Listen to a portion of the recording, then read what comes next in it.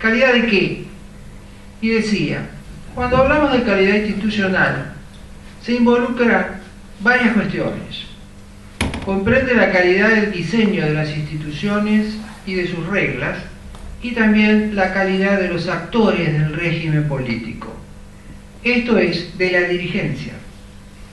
Y cuando hablamos de diseño de las instituciones, la primera que sale a nuestro encuentro es la más importante, la Constitución de 1853-60. Nadie puede dudar a esta altura de la calidad de nuestra Carta Magna, si en cambio del papel que desplegó la dirigencia a través del tiempo y de sus productos institucionales, ya sea desde el Congreso, el Poder Ejecutivo y hasta el Judicial. En perspectiva amplia, todas las dirigencias concluyeron a la inestabilidad crónica de la Argentina, al eclipse de su brillo y a la situación de declinación en que vivimos. Claro, ¿cuál es este artículo al cual me refiero? El más importante, el artículo número 1. Uno habla de democracia, república, que como la exposición anterior, para mí es el tema central, si hablamos de calidad. Y sin embargo lo tenemos en el artículo 1 de la Constitución, que lo deberían saber de memoria, todos los chicos ya en el colegio.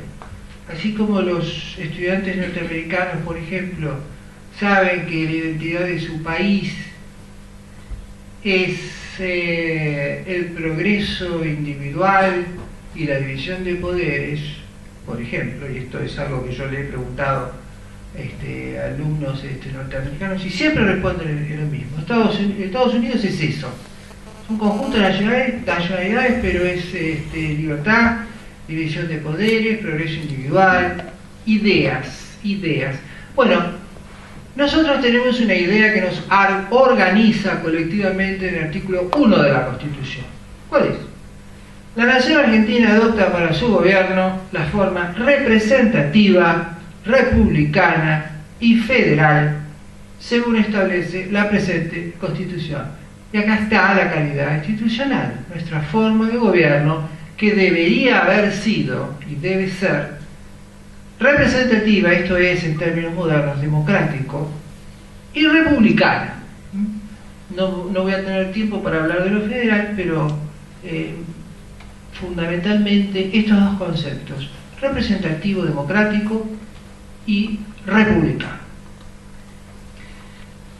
De república podemos hablar bastante, pero señalar los elementos básicos nos obligan a hablar de ¿qué? De un mecanismo efectivo de división de poderes, no es separación solamente, es división y control, el mecanismo de checks and balances. En segundo lugar, la rotación de los cargos públicos, esta diferencia con la antigua monarquía. En tercer lugar, la publicidad y transparencia de los actos de gobierno. Y en cuarto lugar, la responsabilidad política de los gobernantes. Como dicen muchos autores, la accountability.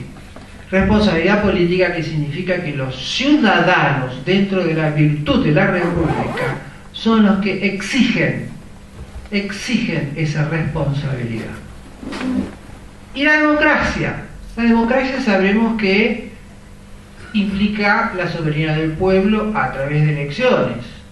Hay un requisito electoral, pero hay prerequisitos sociales y políticos. Brevemente, la exigencia y vigencia de las libertades y derechos individuales, el gobierno de la mayoría, pero el respeto de las minorías.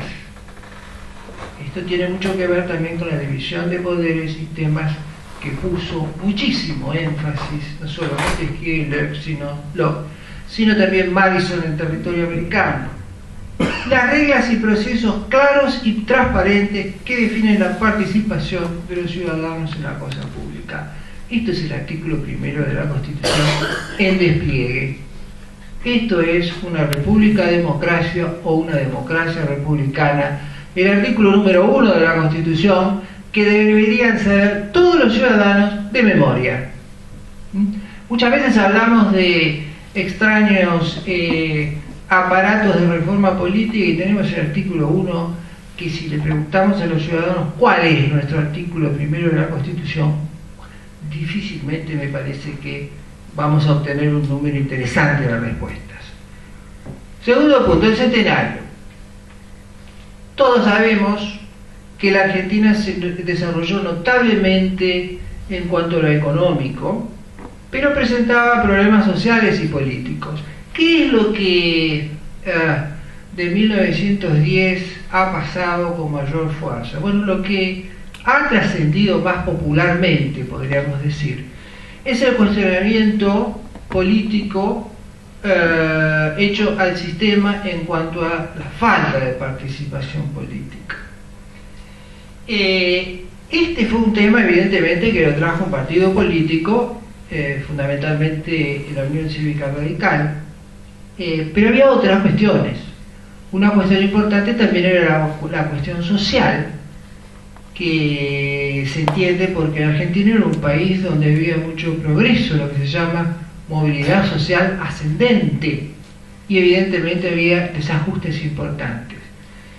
Pero lo central, para lo que estamos hablando, era el problema político, no solo de la participación, sino el problema político de la dirigencia y de la sociedad, que se llamó en esa época la cuestión moral. Si uno lee los autores que escriben en el centenario, yo no me voy a explayar porque realmente tendría que leer textos de lo que decían. Joaquín B. González, en su balance de siglo y medio, el balance del siglo, perdón. Adolfo Posada, un catedrático español que nos visita en 1910 y dice, por ejemplo, este es un país donde hay caudillos, el presidente es un dictador y los gobernantes quieren tener todo el poder en sus manos. ¿Y qué pasa con la ciudadanía? Él dice expresamente la flojedad de la reacción cívica. Otro autor que menciono y es que escribió mucho sobre esta época en un texto también famoso, el gobierno representativo federal en la Argentina, José Nicolás Matienzo, lo que nos dice es que hay una clase política que ha dejado de lado su deber de conducir al país y existe también una sociedad complaciente, cómplice, que no reacciona. Casi todos estos autores dicen, fíjense que estamos hablando de hace 100 años y parece que la historia se repite. Casi todos estos autores dicen, hay un problema muy serio. El cumplimiento de la ley no es un hábito social. Esto lo dice expresamente Matienzo. Ya lo decía Juan Agustín García en La Sociedad Indiana.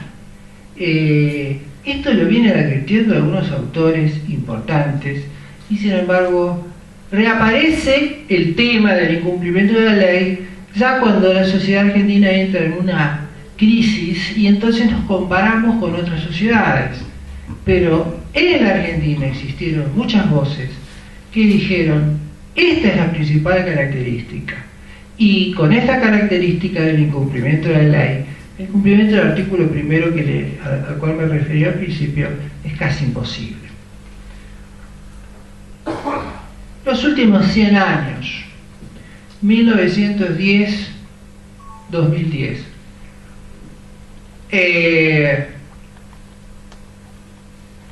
continúan estos comportamientos que criticaban los autores y los intelectuales del centenario.